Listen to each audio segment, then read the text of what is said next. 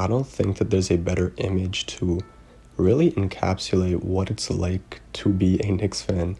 Like the Pistons, the New York Knicks have been directionless, and their lack of direction has been going on for much longer though.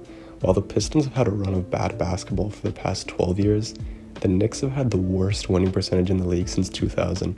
And over the last 20 years, the Knicks have won just one playoff series.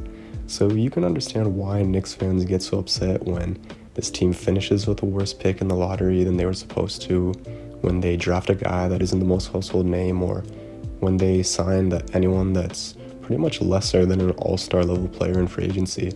And it's because their fans have been subjected to such terrible basketball, and every time they don't make a big move, Knicks fans can see the writing on the wall and they know that they're going to have to go through another terrible season. I think that the 2019 offseason was probably one of the lower points in Knicks franchise history. Someone maybe even argue that it was the lowest point in their franchise's history. It was very, very tragic. Not only did they miss out on the consensus number one pick, Zion Williamson, they also lost the Kevin Durant, Kyrie Irving sweepstakes to their rivals, the Brooklyn Nets. And the whole year, there were all these stories coming out saying that the Knicks were going to get all those guys. So their fans' hopes were very high. And to top it all off, they gave away their best young player in Porzingis in order to make this all happen. And they ended up with none of the three players that they wanted. But I mean, at least they got Julius Randle. Like most people expected, the 2019-2020 season was not a good one for the Knicks. They finished near the bottom of the standings once again, but the 2020 offseason was pretty good for them, to be honest. On the surface, they didn't make many big moves. They picked obitoppin with the 8th pick and Emmanuel quickly with the 25th. They re-signed Elfrid Payton, and they brought in Austin Rivers, Alec Burks, and also Nerlens Noel on short, inexpensive deals. They hired Tom Thibodeau too as their new head coach, but probably the best decision that New York made was to hold off on trading for Russell Westbrook. Rather than being stuck in mediocrity, the Knicks chose to embrace a youth movement while also keeping cap flexibility for the 2021 offseason. Going into next season, the Knicks should be starting Austin Rivers, Alec Burks, rjbarrett, Obi Toppin, and Mitchell Robinson. And then off the bench, they're going to have a number of guys, but most notably, Elfrid Payton and Julius Randle should be coming off the bench, and I think it's just because they don't fit very well with the young guys that the Knicks have. I'd rather just see RJ Barrett being used as the point forward on this team, and Randle and Elfrid Payton, they're just going to take touches away from him because they're not really good off-ball players. Like I said, I want RJ to be the point forward on this team for next year. As a scorer, RJ is definitely better with the ball in his hands. He's deceptively quick and athletic, and he's really good at getting to the rim. Last year, he showed that he's a pretty underrated passer as well. He can be inconsistent with his passing, but there were moments where he was making good lob passes in the pick and roll. He was recognizing the open man and making skip passes in the half court. And overall, there were a lot of times where he just seemed under control when he had the ball in his hands, which is really nice to see from a young guard. He needs to give more consistent effort on the defensive end, however, and if he wants to become an all-star one day, he'll definitely have to become a better outside shooter. While RJ wasn't a great defender his rookie season, I feel like he can be good on that end, and a lot of the reasons why he probably wasn't a great defender can be related to the fact that the Knicks were a very bad team and they had a losing record. Oftentimes young players can be affected by losing and poor performances more so than other players, but I think as the Knicks start winning more and RJ starts playing better as well, his effort on that end will be more consistent. The main aspect of his game that he needs to work on, though, is his mid-range, three-point and free throw shooting, basically just his perimeter game.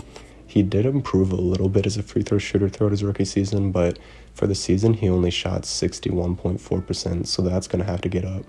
And then as a three-point shooter, he hovered around the mid to low 30s for most of the season, but if he can become respectable from there, he could become a 20-point-per-game scorer. I feel like starting Rivers, Burks, and Toppin will help him out a lot because it's going to give Barrett enough space to make plays for others, and it's going to allow him to get to the rim a lot easier. There have been some videos of Mitchell Robinson working on his three-point shot, but we see guys working on that all the time, and we've seen Ben Simmons, so many videos of Ben Simmons working on his three-point shot, and then he never really uses that in games. So until he actually starts taking and making them in games, I can't really view Robinson as a reliable floor spacer. While adding a three-point shot would definitely be nice, it's not something I'd consider a necessity for him. What Robinson does need to work on is his fouling problem. That's the main thing with him. When he's in the game, he can definitely make an impact on the defensive end, but he hasn't been able to play starter level minutes in his career just because he gets in foul trouble way too easily. If he can get that under control, he'd be able to make up for the mistakes that, or at least some of the mistakes that young guys like RJ or Obitoppin make on the defensive end as they try to improve on that end of the floor. On offense, Robinson has already shown that he can be a nice pick and roll partner with RJ as long as he can be a good defender that doesn't foul way too much and a good finisher around the basket on offense. Mitchell Robinson could be the long-term solution at center for the Knicks. Obi Toppin is also a nice young piece for the Knicks. I liked that pick. I don't think he'll be a star necessarily, but he should fit nicely alongside rjbarrett. He's really athletic and he's a great roller to the rim, so he'll be another guy that RJ can play with in the pick and roll. And unlike Mitchell Robinson, at Dayton, Toppin showed that he can step out and hit the three. He shot just under 40% from three in his last season in college, and he has a nice looking form on top of that. He probably won't shoot 40% from three his first year in the league, but I can at least see him being a good, respectable three-point shooter as soon as he starts playing, which is much better than what Julius Randle would be giving them if he were starting. Defensively, Obi does have a lot of work to do, like I said, and hopefully Mitchell Robinson can make up for some of his mistakes, but you'd rather him not have to. I think worst case scenario, the Knicks could use Toppin as a good scoring sixth man in the future, or they could try and surround him with some really good defenders so that they can hide him on that end, but hopefully he can just improve on that end, because if he can become at least like a solid defender and he can, fulfill his potential on the offensive end, I could see him making a few All-Star games in his career. A guy that doesn't get too much attention on this roster is Immanuel Quickley. He was a really good three-point shooter at Kentucky, and I think he can be a really nice defender too. He did struggle a lot when it came to finishing at the rim, but maybe he can be better in the NBA where the floor is more spaced and guards have more room to operate than in college. I think worst case scenario with him, Quickley should be a nice 3-and-D point guard, and I could see him becoming the starter by the end of the season if he ends up playing pretty well. Other than RJ, Toppin, Mitchell Robinson, and Quickley, I've kind of given up on the other young players on this team. Frank Ntilikina, he's a good defender, but unless he can become half decent on the offensive end, he'll be nothing more than just a situational rotation player.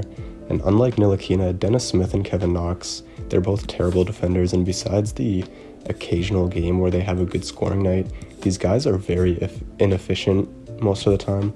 The Knicks should also look to move on from vets like Randle and Payton, who don't fit in very well with this team. These guys are best with the ball in their hands, but when they have the ball, they're just taking away opportunities from the young guys on this team. If you could trade Payton or Randle for maybe some young talent, or I don't think you can necessarily get first-round picks back for them, but maybe some future second-round picks, I would make those moves if I were the Knicks. Because the Knicks are still a young team that's probably going to look to move on from the vets they have on their roster, I have the Knicks finishing last in the East at 15-57. The most important thing for the Knicks is that they develop RJ, Obi Toppin, Mitchell Robinson, and Quickley. While I don't think that any of them will become superstar level talents that could, be the number one guy on a championship team, I do believe that they could form a great supporting cast for a future number one guy that they bring in. If the Knicks end up being bad, like I think they will be this year, there's a good chance they end up with the first pick in a very stacked 2021 draft class. And if that ends up happening and they do get the first pick, they could draft a guy like Cade Cunningham, Jalen Suggs, or Jalen Green, who could become their franchise player of the future. So yes, the Knicks, they're going to be bad next year, but they're putting together a nice young core, and I think it's going to get even better once they likely get one of the top picks in the 2021 draft.